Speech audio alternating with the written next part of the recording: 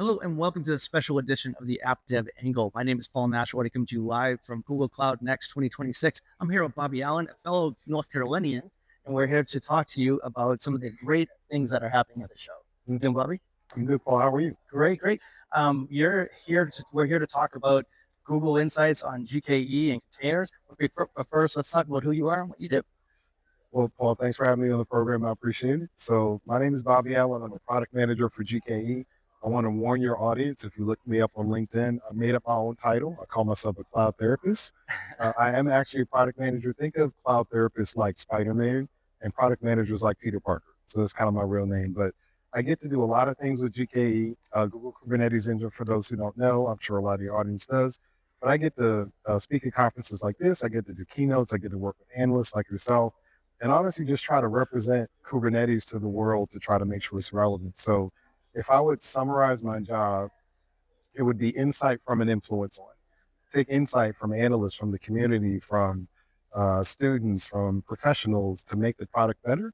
And then how do we work with people like yourselves who influence customers and make sure you're armed with the information that you need to help them make informed decisions, and also influence parts inside of Google so that we land the products, don't just launch them.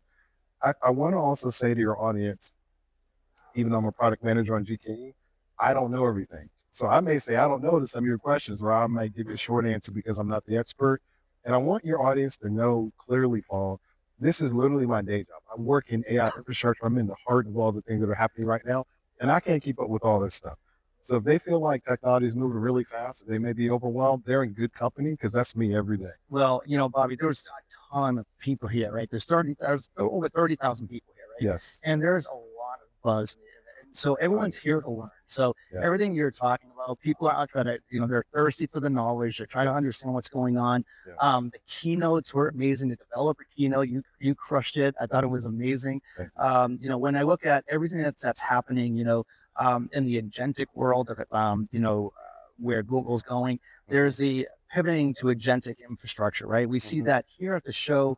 The narrative has shifted from AI to chats to AI acts, right? And we also see that GKE means pivoting the body or providing the body for these AI agents to live in. So the question that we talked about was, we've heard a lot this week about the shifts from generative to agentic AI.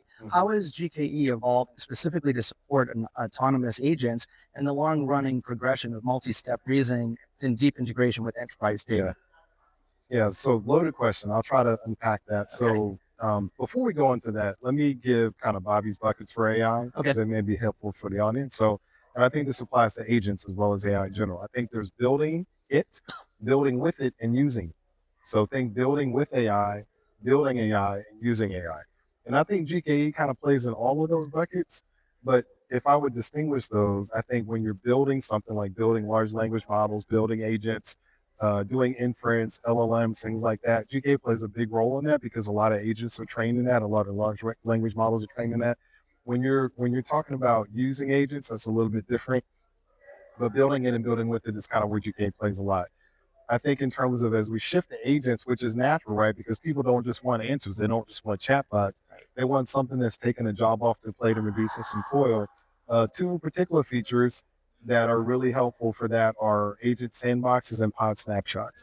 So when you have agents that are going to do more work for you, you've got to have some level of isolation or protection, right? Because you have these agents that sometimes hallucinate, sometimes they may not do exactly what you want, sometimes they may get the intent wrong of what you want them to do. You have to have some guardrails.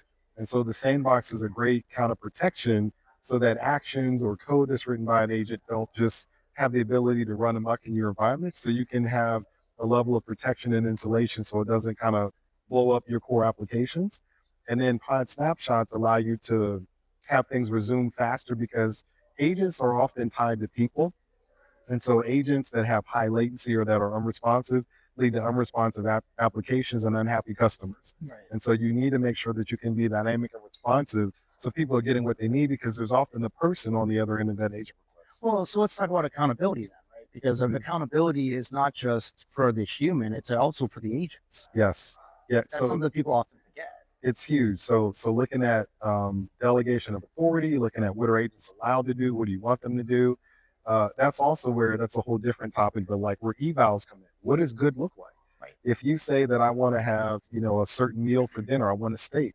What does a good steak look like? That might mean different for you. I'm a salmon guy personally, so I want salmon instead of steak, but you might want to have your steak one way. I might want to have the dish a different way, but what does good look like? And how do we measure whether the agent got you there and how much it costs to get you there when we talk about tokens and things like that? Yeah, well, my steak will be plant-based because I'm a vegetarian. Okay, there you go. That's how that So you're gonna works. have plant, I'm gonna have fish. So Here we go. steak is a bad example. It's all good. It's all good.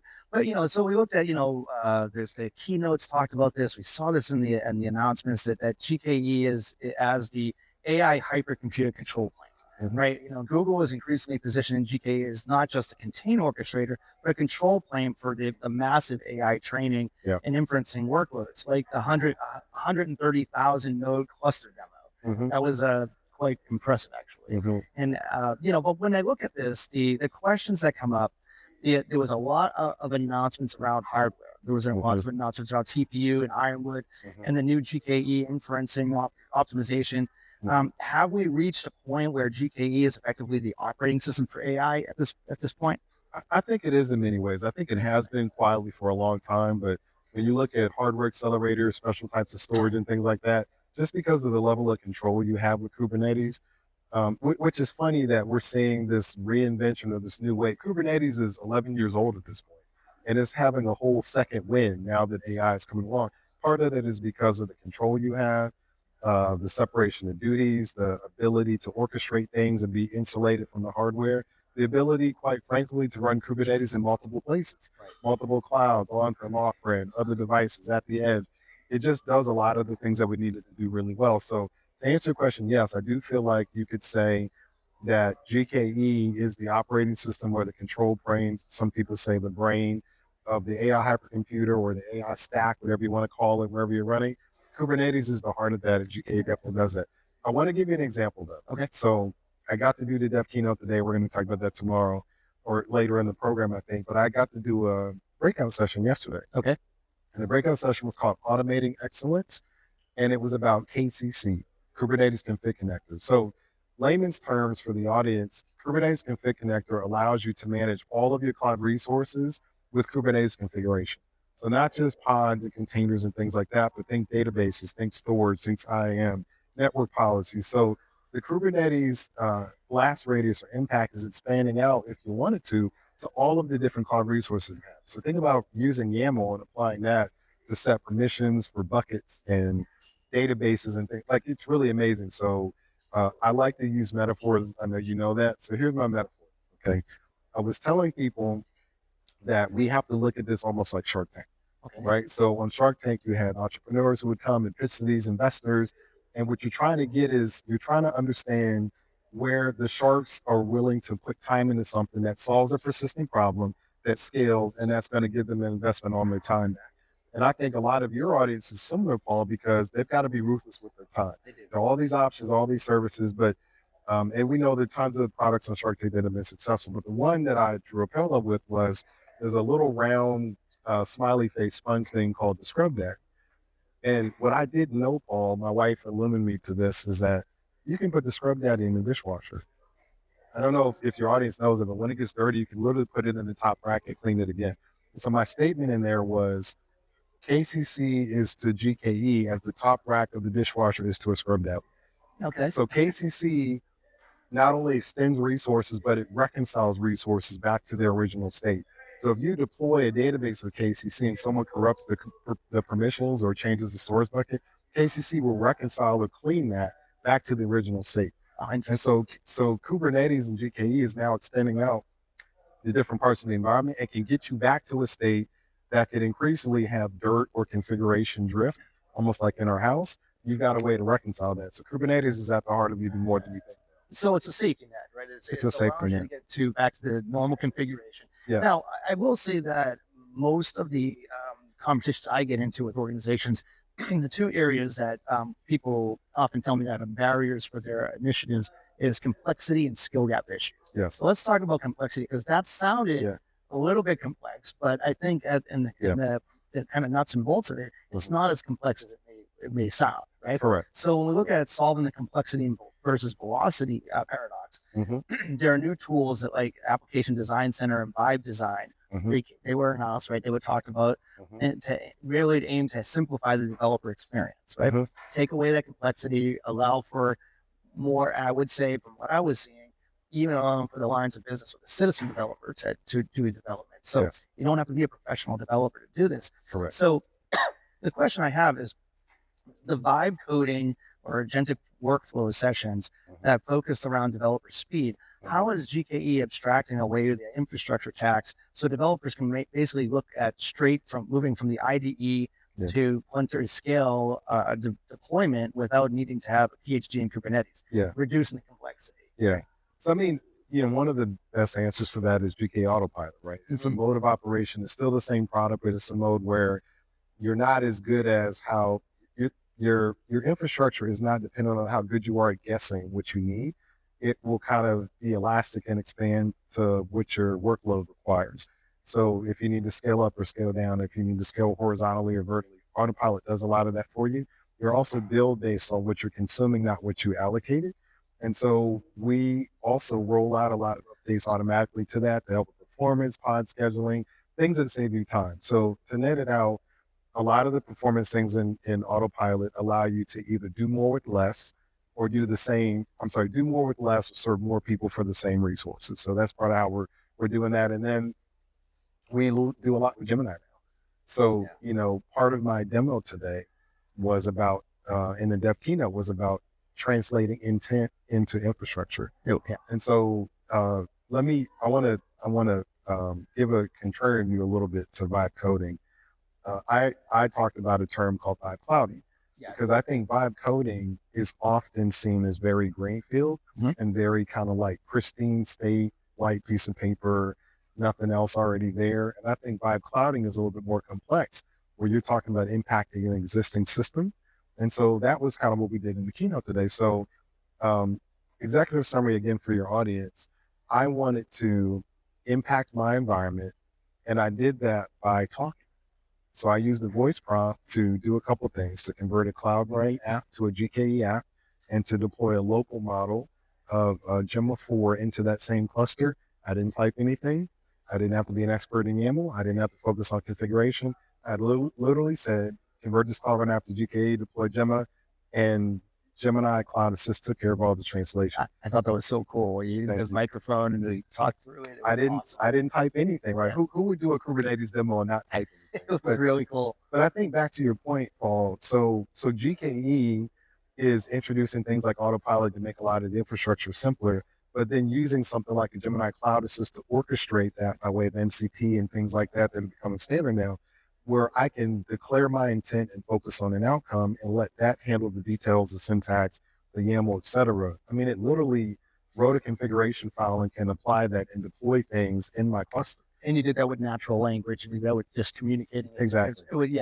That's why I was saying the citizen developer is really going to have that advantage now.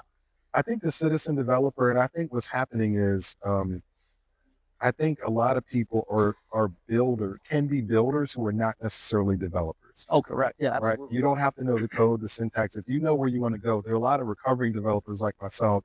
I don't get to touch code nearly as much as I would like to. Again, that's what my degrees are in, but you get into the business of product management and other things, and you don't get to dabble as much as you'd like. But I know what the system should look like in the end. I know where it should go. I know what the outcome should look like. If I can delegate the details, I can get a whole lot done. Yeah. And that's what what I think we're showing people. We're reducing that tax by letting something like GCA be that the operator agent to turn my intent into infrastructure. All right. So let's talk about that because I think that's a big factor here. When you look at operational efficiencies, is effectively what you're talking about. Innovation is expensive, right?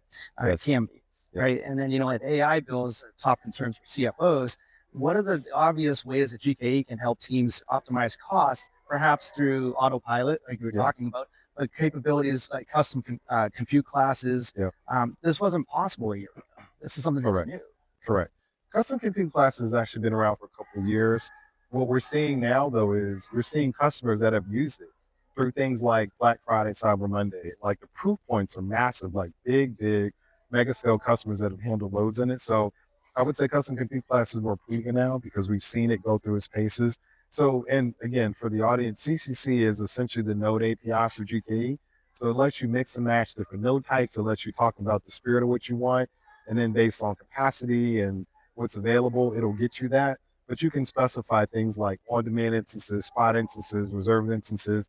So if you've got things you've already paid for, it'll use that first, and then it can go to kind of, it's a priority list of compute that you want. And if we're out of this particular thing, it'll give you something else that's close to that. You can look at things like mixing and matching hardware accelerators, TPUs, GPUs, et cetera. So it's a great way to talk about what you want and use what you've already paid for, or even use things like spot instances, right? If you've got batch workloads, for example, that can be preempted, and you can leverage spot capacity that might be really inexpensive, you can specify that in CCC in terms of the priority of compute. So CCC is a good one. Like I said, faster pod scheduling. The reason that's a big deal is because when it comes to customer responsiveness, a lot of times we keep a lot of excess capacity on hand to be able to serve people. So, for example, I like using food analogies a lot. I'm in the South, so I have to talk about Chick-fil-A, right? If it took me 10 minutes to make fries at Chick-fil-A, I can't make the first fries when the person's in the drive-thru because they're going to be mad. Right. But if I can turn those fries over quicker, I have a lot less waste.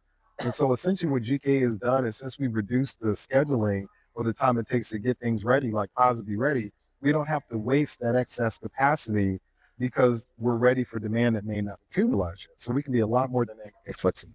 Yeah, and this is actually really important to when you think about heritage environments too. Yes. Right? Like this is legacy to AI ready. That's really a big factor. Yes. So you're optimizing for costs. You're looking at your existing infrastructure. In my practice, I deal a lot with past, present, future. Yes. I deal a lot with, how do you move your heritage environment? Do you encapsulate it? Do you leave it alone? Do you build new systems of engagement? Yes. All these pieces are big factors.